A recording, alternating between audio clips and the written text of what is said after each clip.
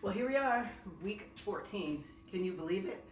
And I have some updates that I want to give you. I think it's important that I connect with you and give you an idea of how things are going, what my challenges were, because I think some of the things that I've encountered, you may be encountering too on your weight loss journey. As a medical doctor who's also on my own weight loss journey, I understand the challenges that you are presented with as you undertake a weight loss challenge, weight loss journey. And I also know how important it is to lose the weight from a medical and health point of view. So I understand the difficulties, but I also understand the benefits. And that's why I'm also giving myself the benefit of good health. Sometimes in life you get so busy doing your job and taking care of other people that you kind of forget about yourself. And that's the first thing that I want to encourage you to do. Remember, when you're on the airplane, what do they tell you? When there's difficulty with air pressure, get the mask and take your breath first. You can't help somebody else if you're too sick, right? So you have to encourage and stay strong within your own self so that you can be a benefit to the people that you love. And the body does that too. The heart that pumps blood to all other organs, it gets its blood supply first. And that's an important thing for us to remember. It's not selfish to take care of yourself. It's not selfish to be healthy. It's not selfish to be fit and be independent. It's selfish not to do those things because your body is able to do it. So we have to get to the important thing. Why are we not doing those things? Why are we having behaviors that are counter to our health? That's something that you have to work on, and that's what I'm learning in this journey as well.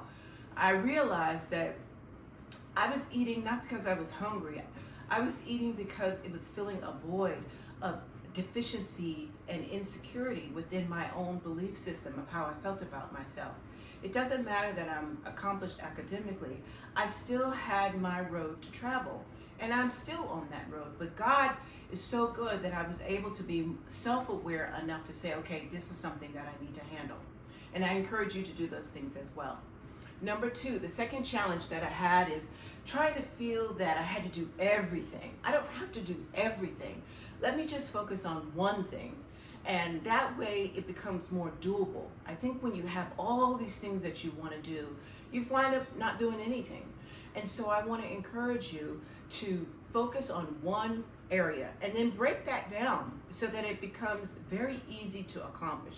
If you can't do an hour workout every day, and who is encouraging you to do that, do a 5-minute workout. Do a workout that's body weight that you can do right where you are. Get up and sit down on the couch or on a chair. Those are squats. Push up against a counter or against a wall, those are push-ups.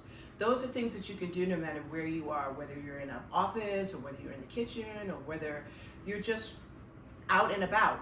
When I'm in line at the grocery store, I do squat, I do calf raises, right? While I'm waiting in line. Sometimes I'll do like a mini squat while I'm waiting in line. These are things that you can do, and it's movement, and it counts.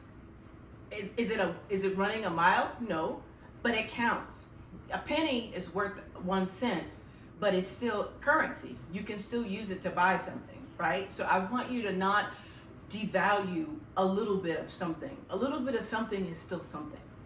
And the third challenge that I have encountered in this journey is it's difficult to talk about because I don't want to hurt anybody's feelings, but you have to remember how did you come to have these belief systems?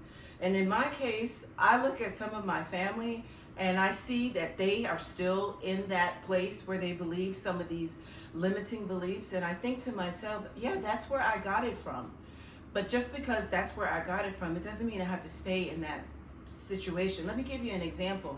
I was telling a family member about how I was able to simplify my nutrition so that it was easy for me to stay on track.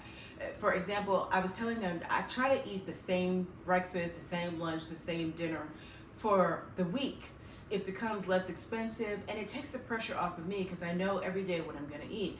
And I know what the calories are. So in terms of varying calories, I know I'm always going to be in a calorie deficit when I eat that meal.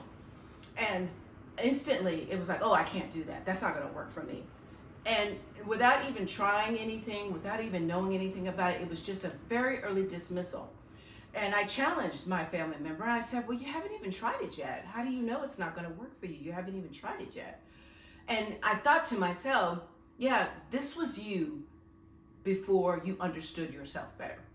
And so you have to realize that where you are and how you think and what you believe about yourself and what you can do, it just didn't start, out of the blue.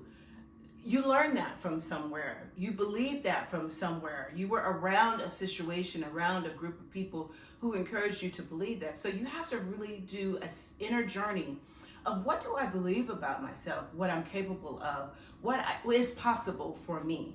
Who am I and what can I do? So those are 3 areas that I've learned so far in this journey of losing 100 pounds in a year. This is week number 14.